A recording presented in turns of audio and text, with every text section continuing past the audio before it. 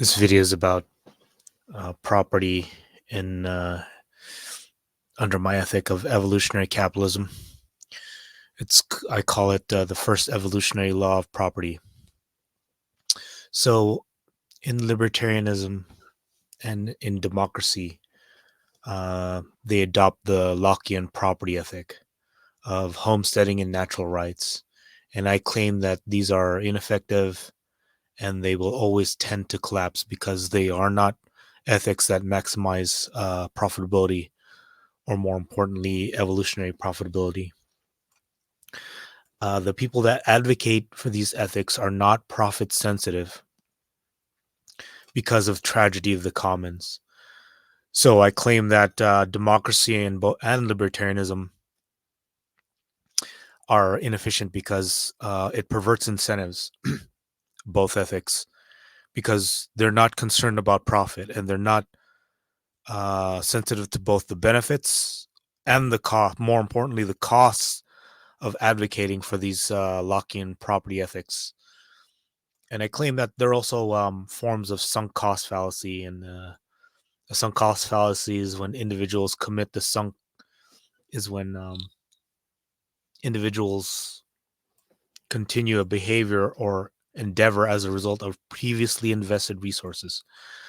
And I claim Lockean property rights and restitution are forms of sunk cost fallacies because they are only concerned with who owned the resource in the past and continuing that endeavor, which does not necessarily maximize profitability, which makes them immoral in my capitalist ethic of evolutionary capitalism. So I formulated the first and maybe only evolutionary law of property, an evolutionary corollary to Say's law, I contend. And Say's laws, um, or the law of markets, is the claim that the production of a product creates demand for another product by providing something of value which can be exchanged for that product. So production is the source of demand. And it doesn't have to be another product. I mean, so I contend as far as the inputs that go into a product, especially in the input of defense of production, that has to be justified through profit. So the definition of property, or the purpose of property. The purpose of property is for some type of production in a rational society. Under evolutionary capitalism's principle, all production is meant to be used toward evolution's goal of creating the perfect evolutionary being. And I already talked about that as the only principle of evolutionary capitalism.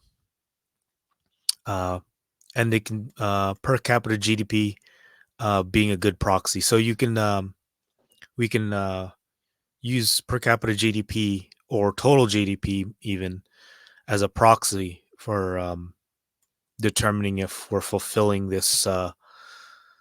We're helping to fulfill the goal of creating this perfect evolutionary being, which evolution imposes upon all things.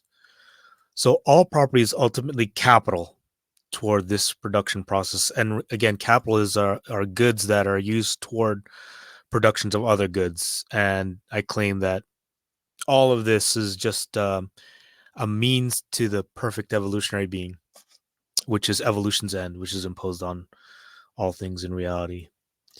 So, economic profit. Economic profit represents an entity's revenue less its explicit costs as well as its opportunity costs. This is just a conventional economic term. It takes into account both costs and benefits and opportunity costs. So when you make an economic profit, it's the highest valued option in terms of profit available. So I formulated the first evolutionary law of property. Evolutionary economic profit of property justifies its own defense, or the societal economic profit after the acquisition of capital and other costs of production is greater than or equal to the cost of defense. So you can see that this is just saying that the defense of property comes from its profitability. It's part of the costs of production, and it doesn't make sense to defend property that's not economically profitable, both account profitable and economically profitable. Any society or system that tries to do this, like with libertarianism or democracy, will tend towards collapse because of these um, these unprofitable projects that tend to be undertaken, like defending someone that homesteaded the land when it can be used better elsewhere.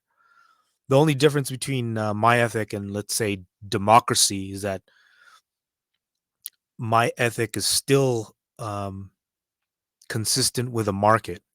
If someone wants to aggress to transfer some capital to another person, they have to use their own money, and that's what keeps incentives still unperverted. Any other economic system that violates this law will tend to instability and experience negative evolutionary selection pressures, just like an unprofitable business or an economically unprofitable business. It'll be dominated by an economically profitable alternative.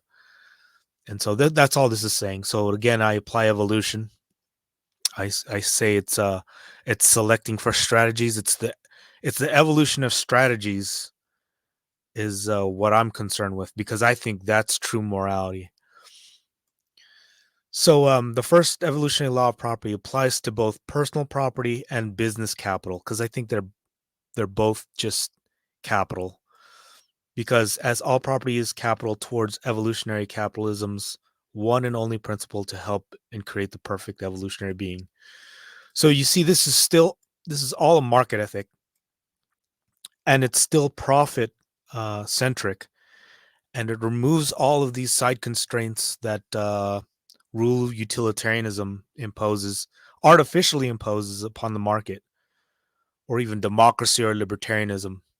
There's no restriction that's imposed naturally by any rights, and any system that tries to do so will tend to be unstable, or tend to get just dominated by a system that I think adopts my ethic.